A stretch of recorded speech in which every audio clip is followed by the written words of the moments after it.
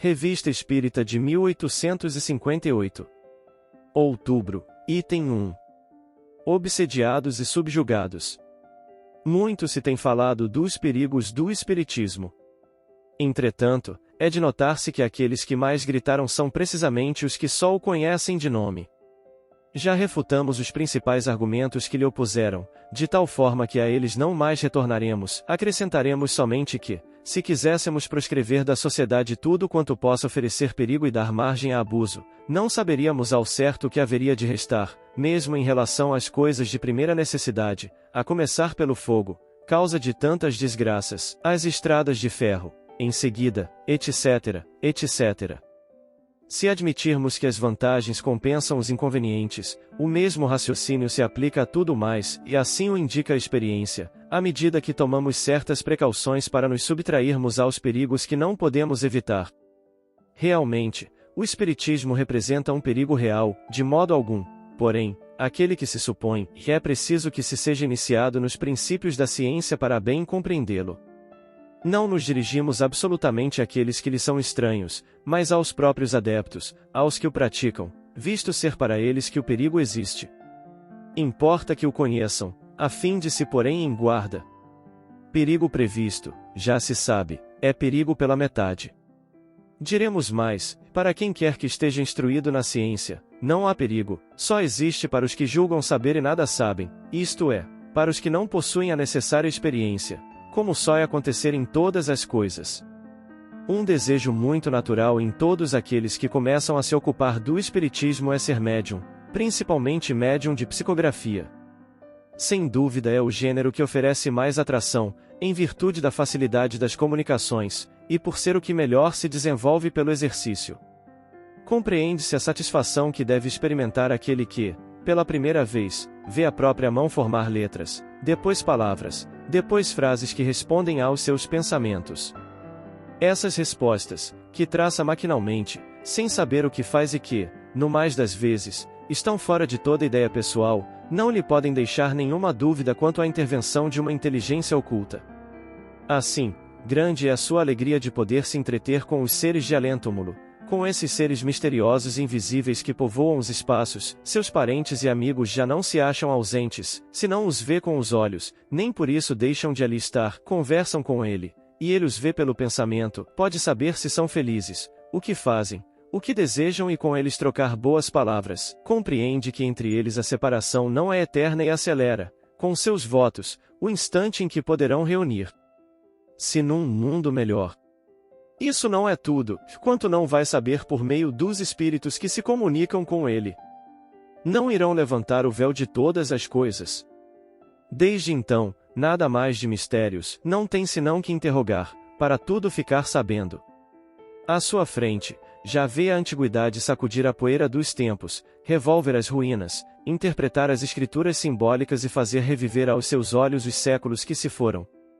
Outro, mais prosaico, e menos preocupado em sondar o infinito onde seu pensamento se perde, simplesmente sonha em explorar os espíritos para fazer fortuna. Os espíritos, que devem ver tudo e tudo saber, não podem recusar fazer-lhe descobrir algum tesouro oculto ou algo secreto e maravilhoso. Quem quer que se dê ao trabalho de estudar a ciência espírita não se deixará jamais seduzir por esses belos sonhos, sabe a que se ater sobre o poder dos espíritos, sua natureza e o objetivo das relações que com eles pode o homem estabelecer. Recordemos, primeiro, em poucas palavras, os pontos principais, que jamais devem ser perdidos de vista, porque são como que a pedra angular do edifício. Primeiro, os espíritos não são iguais nem em poder, nem em conhecimento, nem em sabedoria. Nada mais sendo que as almas dos homens, desembaraçadas de seu invólucro corporal, apresentam variedade ainda maior do que as encontradas entre os homens na Terra, visto procederem de todos os mundos e porque entre os mundos o nosso planeta não é o mais atrasado, nem o mais avançado. Há, pois, espíritos muito superiores, e outros bastante inferiores, muito bons e muito maus, muito sábios e muito ignorantes, aos levianos, malévolos, mentirosos, astuciosos, hipócritas, engraçados, espirituosos, zombeteiros, etc. Segundo, estamos incessantemente cercados por uma multidão de espíritos que, por serem invisíveis aos nossos olhos materiais, nem por isso deixam de estar no espaço, ao redor de nós, ao nosso lado, espiando nossas ações, lendo os nossos pensamentos, uns para nos fazerem o bem, outros para nos induzirem ao mal, conforme sejam bons ou maus. Terceiro, pela inferioridade física e moral de nosso globo na hierarquia dos mundos, os espíritos inferiores são aqui mais numerosos que os superiores. Quarto, entre os espíritos que nos rodeiam, há os que se vinculam a nós, que agem mais particularmente sobre o nosso pensamento, aconselham-nos, e cujo impulso seguimos sem o saber. Felizes se escutarmos somente a voz dos bons. Quinto, os espíritos inferiores não se ligam senão aos que os ouvem, junto aos quais têm acesso e aos quais se prendem. Caso consigam estabelecer domínio sobre alguém, identificam-se com o seu próprio espírito, fascinam-no, obsidiam-no, subjugam-no e o conduzem como se fosse uma verdadeira criança. Sexto, a obsessão jamais se dá senão pelos espíritos inferiores. Os espíritos bons não causam nenhum constrangimento, aconselham, combatem a influência dos maus, e se não são ouvidos, afastam-se. Sétimo, grau de constrangimento e a natureza dos efeitos que produz marcam a diferença entre a obsessão, a subjugação e a fascinação. A obsessão é a ação quase permanente de um espírito estranho, que faz com que a vítima seja induzida, por uma necessidade incessante, a agir nesse ou naquele sentido, a fazer tal ou qual coisa. A subjugação é uma opressão moral que paralisa a vontade daquele que a sofre, impelindo às mais despropositadas ações, e frequentemente, aquelas que mais contrariam os seus interesses. A fascinação é uma espécie de ilusão, ora produzida pela ação direta de um espírito estranho, ora por seus raciocínios capciosos, ilusão que altera o senso moral, falseia o julgamento e faz tomar o mal pelo bem. Oitavo. Por sua vontade, pode o homem livrar-se sempre do jugo dos espíritos imperfeitos, porque, em virtude de seu livre-arbítrio, tem a escolha entre o bem e o mal. Se o constrangimento chegou a ponto de paralisar a vontade, e se a fascinação é bastante grande para obliterar a razão, a vontade de uma outra pessoa pode substituí-la. Outrora se dava o nome de possessão ao império exercido pelos espíritos maus, quando sua influência ia até a aberração das faculdades. Mas a ignorância e os preconceitos muitas vezes fizeram tomar por possessão o que não resultava senão de um estado patológico. Para nós, a possessão seria um sinônimo de subjugação.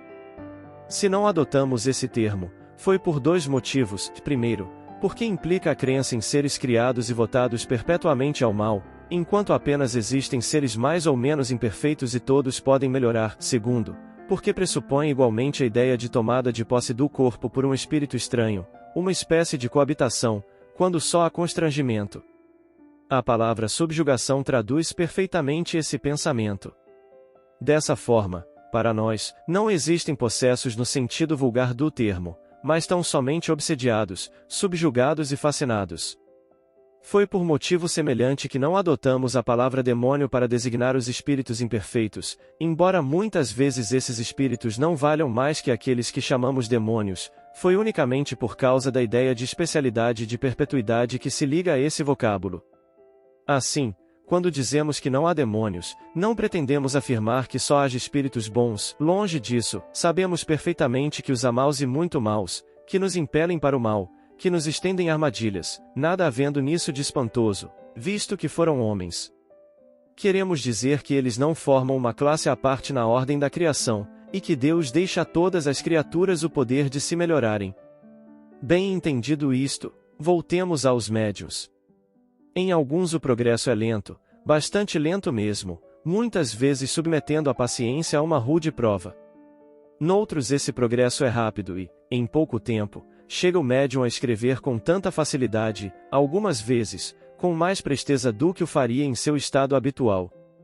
É então que pode tomar-se de entusiasmo e é exatamente nisso que está o perigo, porquanto o entusiasmo enfraquece e com os espíritos é preciso ser forte. Parece um paradoxo dizer que o entusiasmo enfraquece, nada havendo, porém, de mais verdadeiro. Dir-se-á que o entusiasta marcha com uma convicção e uma confiança que lhe permitem superar todos os obstáculos, portanto, tem mais força. Sem dúvida, contudo, tanto nos entusiasmamos pelo falso quanto pelo verdadeiro. Apegai-vos às mais absurdas ideias do entusiasta e delas fareis tudo o que quiserdes. O objeto de seu entusiasmo é, pois, seu lado fraco e por aí podereis sempre dominá-lo. O homem frio e impassível, ao contrário, vê as coisas sem se deixar enganar, que combina, pesa, amadurece e não é seduzido por nenhum subterfúgio, é isso que lhe dá força. Os espíritos malévolos, que sabem disso tão bem ou mais do que nós, também sabem empregá-lo em seu proveito para subjugar aqueles que desejam manter sob sua dependência, e a faculdade de escrever como médium lhe serve maravilhosamente, visto ser um meio poderoso de captar a confiança, da qual se aproveitam se não mantemos a necessária vigilância. Felizmente, como veremos mais tarde, o próprio mal traz em si o remédio. Seja por entusiasmo, por fascinação dos espíritos, ou por amor próprio, em geral o médium psicógrafo é levado a crer que são superiores os espíritos que com ele se comunicam, sobretudo quando tais espíritos, aproveitando-se dessa presunção, adornam-se de títulos pomposos, tomando nomes de santos, de sábios, de anjos e da própria Virgem Maria, conforme a necessidade e segundo as circunstâncias. E, para desempenhar seu papel de comediantes, chegam até mesmo a portar a indumentária extravagante das personagens que representam. Tirai suas máscaras e vereis que se transformam no que sempre foram, de ilustres desconhecidos, é o que necessariamente devemos fazer, tanto com os espíritos, quanto com os homens. Da crença cega e refletida na superioridade dos espíritos que se comunicam, a confiança em suas palavras não há senão um passo, é o que também acontece entre os homens. Se conseguirem inspirar essa confiança, haverão de sustentá-la por meio de sofismas e dos mais capciosos raciocínios, perante os quais frequentemente inclinamos a cabeça. Os espíritos grosseiros são menos perigosos, reconhecemo-los imediatamente e só inspiram repugnância. Os mais temíveis, em seu mundo, como no nosso, são os espíritos hipócritas, e falam sempre com doçura, lisonjeando as mentes predispostas, são meigos, aduladores, pródigos em expressões de ternura e em protestos de devotamento. É preciso ser realmente forte para resistir a semelhantes seduções. Mas, direis, onde estaria o perigo, desde que os espíritos são impalpáveis? O perigo está nos conselhos perniciosos que dão, aparentemente benévolos, e nos passos ridículos, intempestivos ou funestos a que somos induzidos. Já vimos alguns espíritos fazerem com que certas pessoas corressem de país em país, à procura das coisas mais fantásticas, sob o risco de comprometerem a saúde, a fortuna e a própria vida. Vimos-los ditar, com toda a aparência de gravidade, as coisas mais burlescas, as máximas mais estranhas. Como convém dar o exemplo ao lado da teoria, vamos relatar a história de uma pessoa do nosso conhecimento que se encontrou sob o império de uma fascinação semelhante.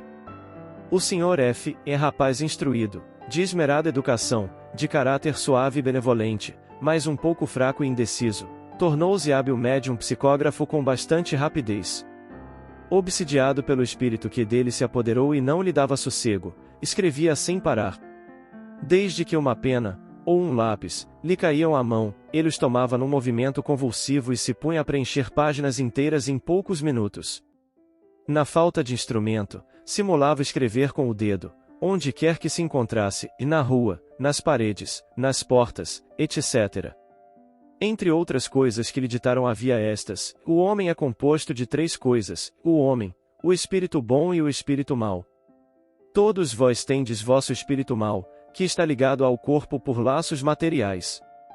Para expulsar o espírito mau é necessário romper esses laços, e para isso, é preciso enfraquecer o corpo. Quando este se encontra suficientemente enfraquecido, o laço se parte e o espírito mau o abandona, permanecendo apenas o bom. Em consequência dessa bela teoria, fizeram-no jejuar durante 5 dias consecutivos e velar à noite. Quando ficou extenuado, disseram-lhe: e agora a coisa está feita e o laço rompido, teu espírito mau partiu e ficamos apenas nós, em quem deves crer sem reserva. E ele, persuadido de que seu espírito mau havia fugido, acreditava cegamente em todas as suas palavras. A subjugação havia chegado a tal ponto que, se lhe tivessem dito para lançar-se na água ou para dar cambalhotas, ele o teria feito. Quando queriam levá-lo a fazer qualquer coisa que lhe repugnava, sentia-se arrastado por uma força invisível. Damos uma amostra de sua moral, por ela se julgará o resto. Para obter melhores comunicações, é necessário orar e jejuar durante vários dias, uns mais, outros menos. O jejum enfraquece os laços que existem entre o eu e um demônio particular ligado a cada ser humano. Esse demônio está ligado a cada pessoa pelo envoltório que une o corpo e a alma. Enfraquecido pela ausência de nutrição, o envoltório permite que os espíritos arranquem aquele demônio. Então Jesus desce ao coração da pessoa possessa, em lugar do espírito mau. Esse estado de possuir Jesus em si é o único meio de alcançar toda a verdade e muitas outras coisas. Quando a pessoa conseguiu substituir o demônio por Jesus, ainda não possui a verdade. Para tê-la, é preciso crer. Deus jamais dá a verdade aos que duvidam. Seria fazer algo inútil e Deus nada faz em vão. Como a maior parte dos médios novatos duvida do que diz ou escreve, os espíritos bons são forçados, lamentavelmente por ordem formal de Deus, a mentir, e não podem senão mentir enquanto o médium não esteja convencido, mas, vindo a crer firmemente numa dessas mentiras, os espíritos elevados se apressam em desvelar-lhe os segredos do céu. A verdade completa dissipa num instante essa nuvem de erros com que tinham sido forçados a envolver seu protegido. Chegado a esse ponto, nada mais tem o médium a temer, os espíritos bons jamais o deixarão. Todavia, que não creia ter sempre a verdade, e nada mais que a verdade. Seja para o experimentar, seja para o punir de suas faltas passadas, seja ainda para o castigar por perguntas egoístas ou curiosas, infligindo-lhe correções físicas e morais, os espíritos bons vêm atormentá-lo por ordem de Deus. Muitas vezes esses espíritos elevados se queixam da triste missão que desempenham, e um pai persegue o filho durante semanas inteiras, um amigo ao seu amigo, tudo para a maior felicidade do médium. Então os nobres espíritos dizem loucuras, blasfêmias e até torpezas.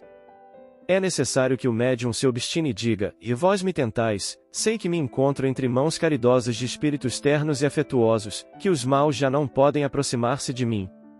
Boas almas, que me atormentais, não me impedireis de crer no que me dissestes e no que ainda havereis de dizer-me.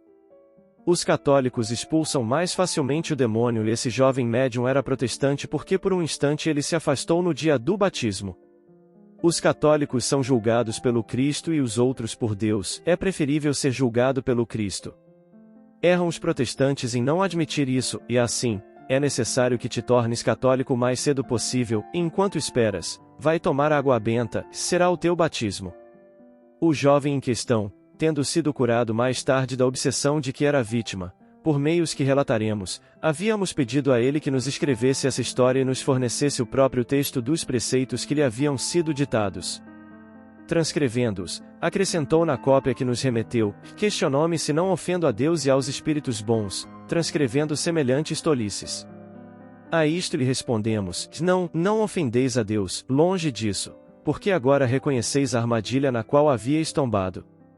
Se vos pedi a cópia dessas máximas perversas, foi para difamá-las como bem o merecem, desmascarar os espíritos hipócritas e alertar quem quer que receba a coisa semelhante.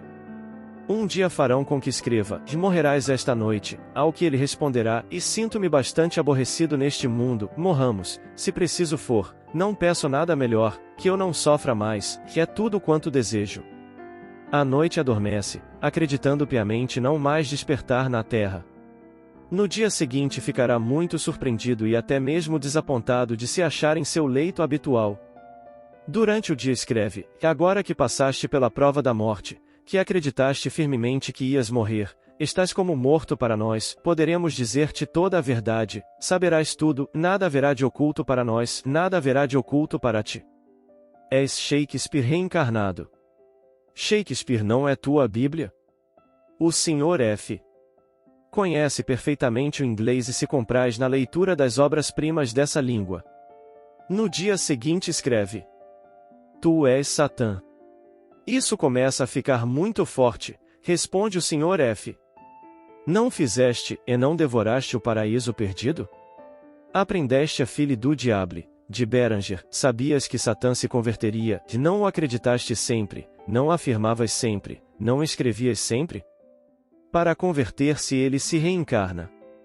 Bem que eu gostaria de ter sido um anjo rebelde qualquer, mas o rei dos anjos.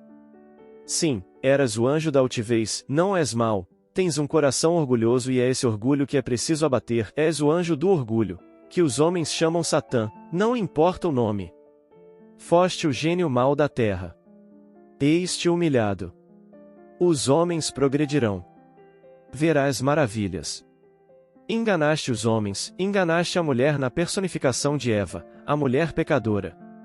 Está dito que Maria, a personificação da mulher sem mácula, esmagar-te-á a cabeça. Maria vai chegar. Um instante depois ele escreveu lentamente com doçura: Maria vem ver-te, Maria, que foi buscar-te no fundo de teu reino de trevas, não te abandonará. Levanta-te, Satã, Deus está pronto para te estender os braços. Leia o filho pródigo. Adeus. Em outra ocasião ele escreveu: E disse a serpente a Eva: E vossos olhos abrir-se-ão e sereis como os deuses. O demônio disse a Jesus: E dar-te-ei todo o poder. A ti eu digo, pois acreditas em nossas palavras, nós te amamos, tu serás tudo. Serás o rei da Polônia. Persevera nas boas disposições em que te colocamos. Esta lição fará a ciência espírita dar um grande passo. Ver-se-á que os espíritos bons podem dizer futilidades e mentiras para se divertirem com os sábios. Disse Allan Kardec que um meio inadequado de reconhecer os espíritos era fazê-los confessar Jesus em carne. Eu digo que somente os espíritos bons confessam Jesus em carne e eu o confesso. Dize isso a Kardec. Entretanto, o espírito teve o pudor de não aconselhar o Sr. F. a imprimir essas belas máximas. Se o tivesse feito, por certo ele obedeceria, o que teria sido uma péssima ação, porquanto o Sr. F. as teria considerado como coisa séria. Encheríamos um volume com todas as tolices que lhe foram ditadas e com todas as circunstâncias que se seguiram. Entre outras coisas, fizeram-no desenhar um edifício, cujas dimensões eram de tal monta que as folhas de papel, coladas umas às outras, ocupariam a altura de 2 pavimentos. Notar-se-á que em tudo isso nada há de grosseiro, nem de trivial, é uma série de raciocínios sofísticos que se encadeiam com uma aparência de lógica. Nos meios empregados para o seduzir a uma arte verdadeiramente infernal e, se nos tivesse sido possível relatar todas essas comunicações, ver-se-ia até que ponto era levada a astúcia, e com que habilidade para isso eram empregadas palavras melífluas. O espírito que representava o principal papel nesse caso dava o nome de François de Lois, quando não se cobria com a máscara de um nome respeitável. Mais tarde soubemos o que em vida houvera sido esse tal de Lois, e desde então, nada mais nos surpreendeu em sua linguagem. Todavia, no meio de todas essas extravagâncias, era fácil reconhecer um espírito bom que lutava, fazendo de quando em quando ouvir algumas palavras boas para desmentir os absurdos do outro. Havia, evidentemente, um combate, mas a luta era desigual. O moço estava de tal forma subjugado, que sobre ele era impotente a voz da razão. O espírito de seu pai fez-lhe escrever especialmente isso, e sim, meu filho, coragem. Sofres uma rude prova que será para o teu bem, no futuro, infelizmente, neste momento, nada posso fazer para te libertar e isto me custa bastante. Vai ver Allan Kardec, escuta-o, ele te salvará. Realmente, o Sr. F. veio procurar-me e contou-me sua história. Fiz com que escrevesse diante de mim e, desde logo reconheci a influência perniciosa sob a qual se achava submetido, seja pelas palavras, seja por certos sinais materiais que a experiência dá a conhecer e que não nos podem enganar. Voltou diversas vezes, empreguei toda a minha força de vontade para chamar os espíritos bons por seu intermédio, toda a minha retórica para provar-lhe que era vítima de espíritos detestáveis, que aquilo que escrevia não tinha o menor sentido e, além disso, era profundamente imoral. Para essa obra de caridade associei-me a um de meus companheiros mais devotados, o Sr. T, e aos poucos conseguimos fazer com que escrevesse coisas sensatas. Tomou seu mau gênio em aversão, repelindo-o voluntariamente toda vez que tentava manifestar-se, pouco a pouco, apenas os espíritos bons prevaleceram. Para renunciar às suas ideias, e seguindo conselhos dos espíritos, entregou-se completamente a um rude trabalho, que não lhe deixava tempo para ouvir as sugestões mais. O próprio de Lois acabou por confessar-se vencido, exprimindo o desejo de melhorar-se numa nova existência, confessou o mal que tinha tentado fazer e deu demonstrações de arrependimento. A luta foi longa, penosa, e ofereceu particularidades realmente curiosas para o observador. Hoje, o Sr. F. sente-se libertado e é feliz, parece que se livrou de um fardo. recuperou a alegria e nos agradece pelo serviço que lhe prestamos. Algumas pessoas deploram que haja espíritos maus. De fato, não é sem um certo desencanto que encontramos a perversidade neste mundo, onde só gostaríamos de encontrar seres perfeitos. Desde que as coisas são assim, nada podemos fazer, e é preciso aceitá-las como são. É a nossa própria inferioridade que faz com que os espíritos imperfeitos pululem à nossa volta. As coisas mudarão quando nos tornarmos melhores, como já ocorreu nos mundos mais adiantados. Enquanto esperamos, e considerando que nos achamos ainda nas regiões mais inferiores do universo moral, somos advertidos, e cabe-nos, então, pôr-nos em guarda e não aceitar, sem controle, tudo quanto nos dizem os espíritos. Ao esclarecer-nos, a experiência nos torna circunspectos. Ver e compreender o mal é uma maneira de nos preservarmos contra ele. Não haveria perigo muito maior em nos deixarmos iludir quanto à natureza dos espíritos que nos rodeiam? O mesmo acontece aqui, onde estamos expostos diariamente à malevolência e às sugestões pérfidas. São outras tantas provas, as quais a nossa razão, a nossa consciência e o nosso julgamento nos fornecerão os meios de resistir. Quanto mais difícil for a luta, maior será o mérito do sucesso. Quem vence sem perigo triunfa sem glória. Essa história, que infelizmente não é a única do nosso conhecimento, levanta uma questão muito grave.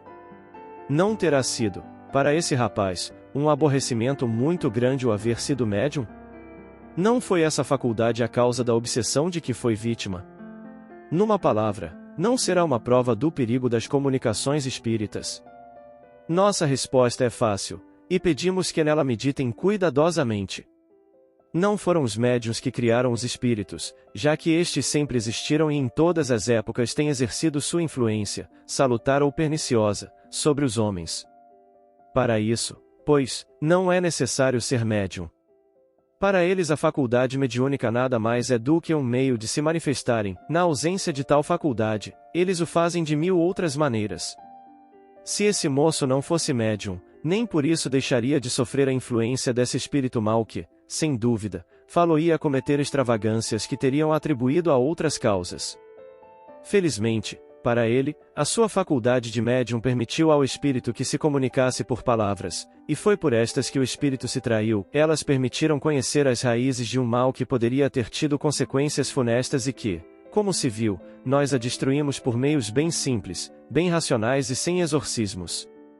A faculdade mediúnica permitiu ver o inimigo face a face, se assim nos podemos exprimir, e de o combater com suas próprias armas.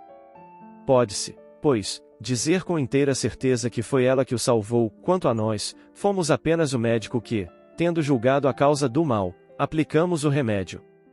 Seria grave erro acreditar que os espíritos somente exercem sua influência através de comunicações escritas ou verbais. Essa influência se dá em todos os momentos e a ela, tanto quanto os outros, estão expostos aqueles que não creem nos espíritos, e estes, talvez, mais expostos ainda, pelo próprio fato de a ignorarem. A quantos atos, infelizmente, não somos impelidos, e que teriam sido evitados se tivéssemos tido um meio de nos esclarecermos. Os mais incrédulos não se dão conta de que dizem uma verdade quando afirmam, a propósito de um homem que se desencaminha com obstinação, que é o seu mau gênio que o empurra para a perdição. Regra geral, quem quer que obtenha mais comunicações espíritas, escritas ou verbais, está submetido a uma má influência. Tal influência se exerce sobre aquele que escreve, ou não, isto é, seja ou não médium. A escrita proporciona um meio de nos assegurarmos da natureza dos espíritos que agem sobre ele e de os combater, o que se faz ainda com maior sucesso quando conseguimos saber o motivo que os levam a agir. Se for bastante cego para não o compreender, outros poderão abrir-lhe os olhos. Aliás, precisa-se ser médium para escrever coisas absurdas? E quem garante que entre todas essas elucubrações ridículas ou perigosas não haverá algumas cujos autores são impelidos por espíritos malévolos? 3/4 partes de nossas ações mais e de nossos maus pensamentos representam o fruto dessa sugestão oculta. Perguntarão se teríamos feito cessar a obsessão, caso o Sr. F. não fosse médium. Certamente, apenas os meios teriam diferido, conforme as circunstâncias, mas, então, os espíritos não o teriam enviado a nós, como fizeram, e é provável que a causa tivesse sido levada em consideração, desde que não havia manifestação espírita ostensiva. Todo homem de boa vontade, e que é simpático aos espíritos bons, com o auxílio destes poderá sempre neutralizar a influência dos maus. Dizemos que deve ser simpático aos espíritos bons, porque se ele próprio atrai os inferiores, é evidente que não se caça lobo com lobo. Em resumo, o perigo não está propriamente no espiritismo, visto que ele pode, ao contrário, servir de controle, preservando-nos daquilo a que somos arrastados. Malgrado nosso, o perigo está na propensão de certos médiuns que, muito levianamente, se julgam instrumentos exclusivos dos espíritos superiores, e na espécie de fascinação que não os deixa compreender as tolices de que são intérpretes. Mesmo aqueles que não são médiuns podem ser levados a isso. Encerraremos este capítulo com as seguintes considerações. Primeiro, todo médium deve desconfiar da compulsão irresistível que o leva a escrever sem cessar e nos momentos mais inoportunos. Deve ser senhor de si mesmo e escrever somente quando desejar. Segundo, não dominamos os espíritos superiores, nem mesmo os que, sem ser superiores, são bons e benévolos, mas podemos dominar e domar os espíritos inferiores. Todo aquele que não é mestre de si não o poderá ser dos espíritos. Terceiro, o único critério para discernirmos o valor dos espíritos é o bom senso. Qualquer fórmula, dada a esse fim pelos próprios espíritos, é absurda e não pode emanar de espíritos superiores. Quarto, como os homens, os espíritos são julgados pela sua linguagem. Toda expressão, todo pensamento, toda máxima, toda teoria moral ou científica que choque o bom senso ou não corresponda à ideia que fazemos de um espírito puro e elevado, procede de um espírito mais ou menos inferior. Quinto, os espíritos superiores têm sempre a mesma linguagem com a mesma pessoa e jamais se contradizem.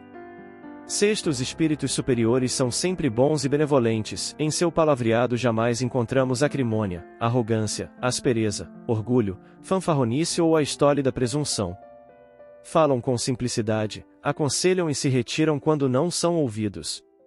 Sétimo, não devemos julgar os espíritos pela forma material, nem pela correção da linguagem, mas sondar-lhes o íntimo, perscrutar suas palavras, pesá-las friamente, maduramente e sem prevenção. Qualquer distanciamento do bom senso, da razão e da sabedoria não pode deixar dúvidas sobre sua origem, seja qual for o nome sob o qual se disfarce o espírito. Oitavo.